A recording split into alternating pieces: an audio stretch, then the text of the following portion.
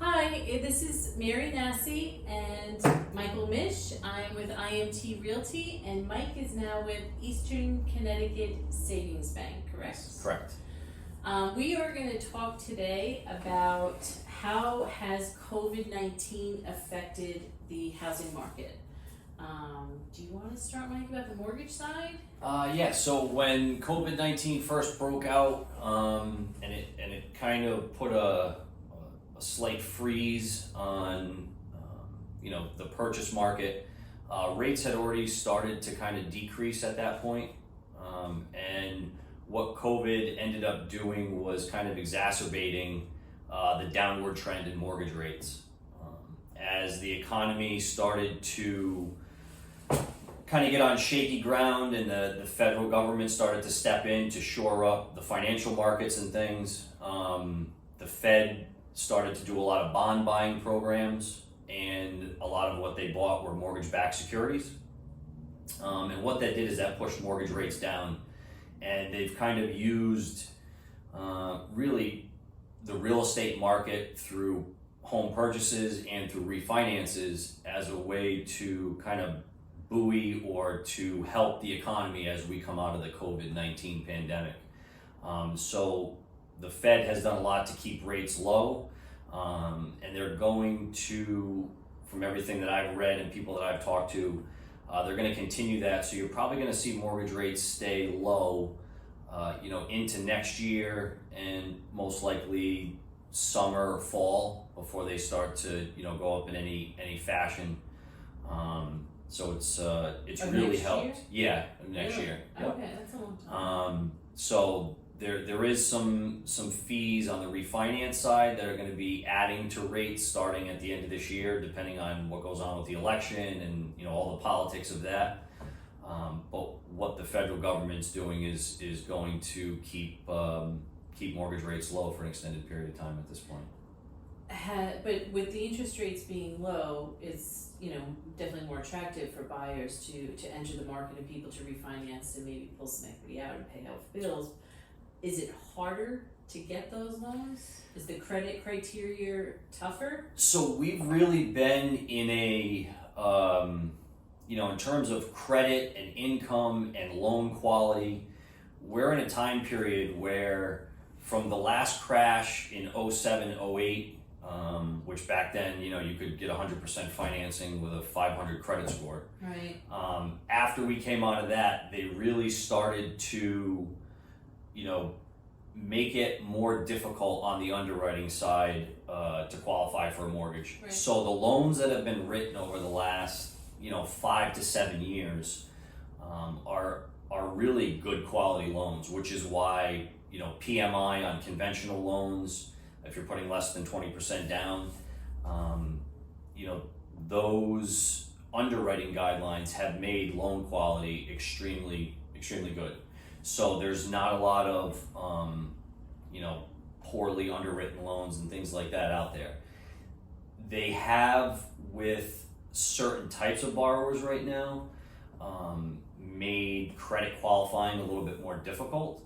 Is that because of COVID? Because of COVID. So there's some guidelines out there, especially for self-employed borrowers, where they need to have year-to-date profit and losses.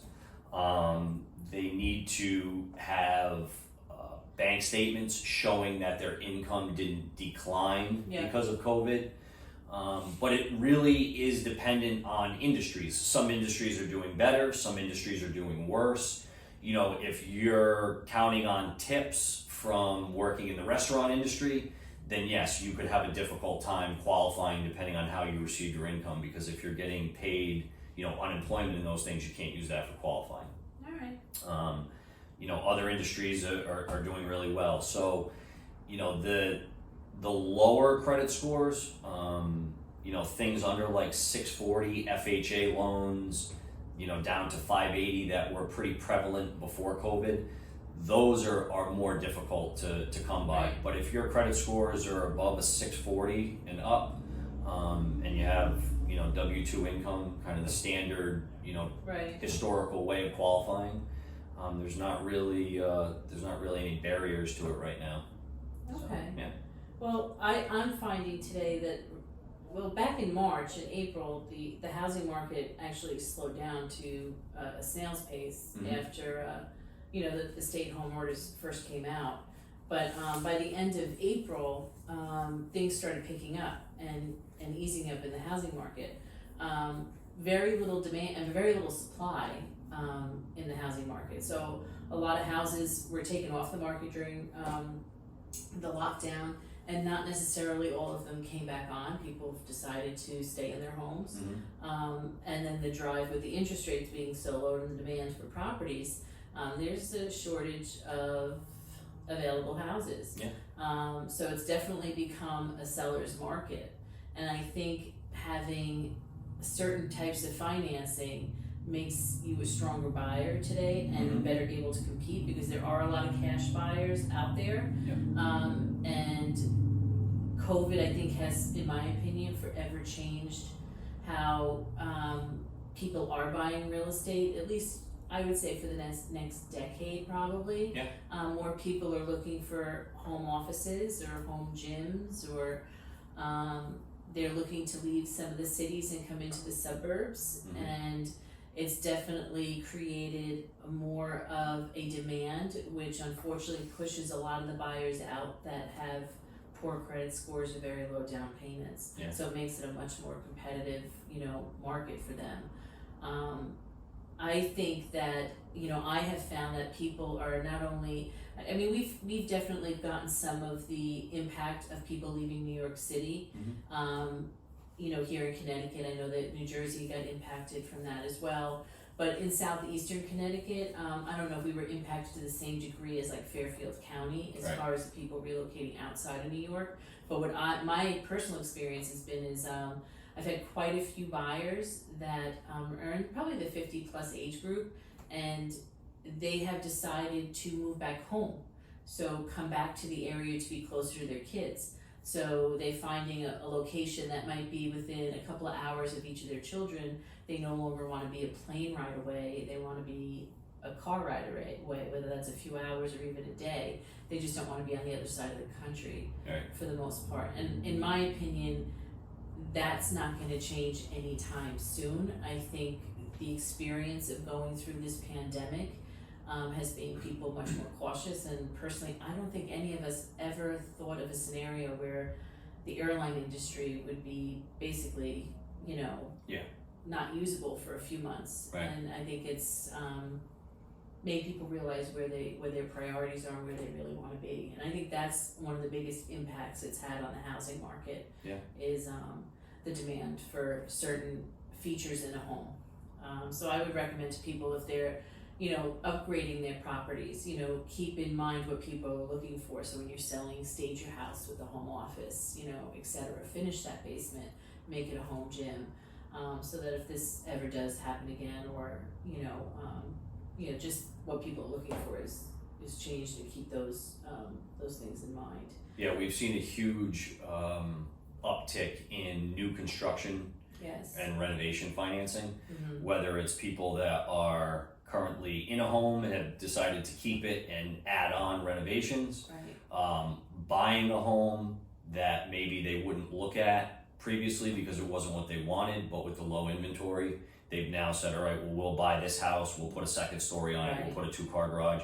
And then really, since the late 80s, early 90s, the first, it hasn't completely taken off, but the start of the first large scale kind of new construction in southeastern Connecticut since the late 80s, early 90s, because there is such a lack of inventory, and because the programs are available now for borrowers to build a home and not just have a builder build something on spec.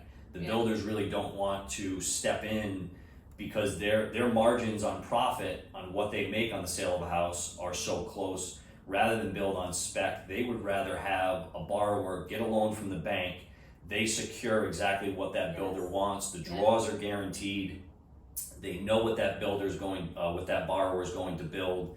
And then, instead of the old days where builders just built and made their money on spec, it's more nowadays with the cost of construction and everything, It's they look at, customized. and it's more of like a construction management. Yeah. So instead of them looking at it and saying, well, if I build a house on spec, I'm going to make $100,000 on this house and $100,000 on this one, they can look at it and say, well, we're going to manage the project. We might only make $50,000 on a house or $40,000 on a house, but it's guaranteed. Right. And they manage these projects throughout, and there's less risk for the builders, Yeah. so they're not as concerned with a higher profit margin.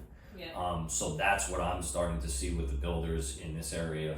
I think we're primed for having an increase in builders building homes in this area. It's been a long time since that part of the industry's really done a lot.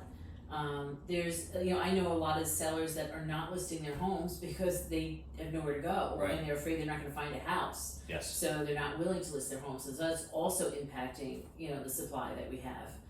So I think we definitely need some, new construction in the area. I've recently sold some new construction in a few projects, and there's been a high demand for it. Yeah, absolutely.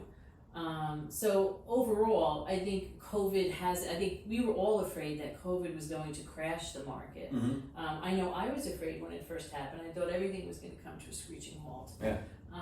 But it didn't, and it's still a stable market, and I don't see it necessarily changing because supply and demand, the economics of it, it's still, demand is higher than supply right now. Yeah, I think too with people, what's easy to get caught up in is, when they're watching the news or they're watching different parts of what's going on in different parts of the country, the fact that they're hearing the numbers about maybe a housing market, and the housing numbers take into account the whole country. Right. So different parts of the country are hit harder than Connecticut because of COVID, so it's affecting the real estate market. And the Which nice is thing, nice for change. Right, It exactly. was always the flip. Yeah. When everybody else was booming, we weren't quite booming. yeah, we were lagging. Yes. So that's the nice thing, working with, an agent like yourself that has their own broker shop or a small local community bank like us. We're not trying to lend in 50 states. Our core business is Southeastern Connecticut. Right.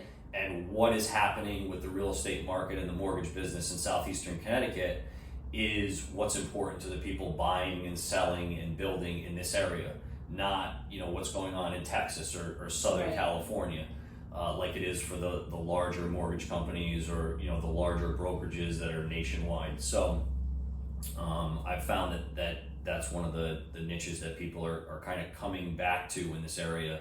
For many years it was, bigger's better, the Right, national yes. companies are better, everything's better, and now they're starting to find that working with professionals in your area where you're building or buying or selling, is really the most, especially in a unique area like Southeastern Yes, Connecticut, yep. where you have a wide variety of properties and home buyers and things, so.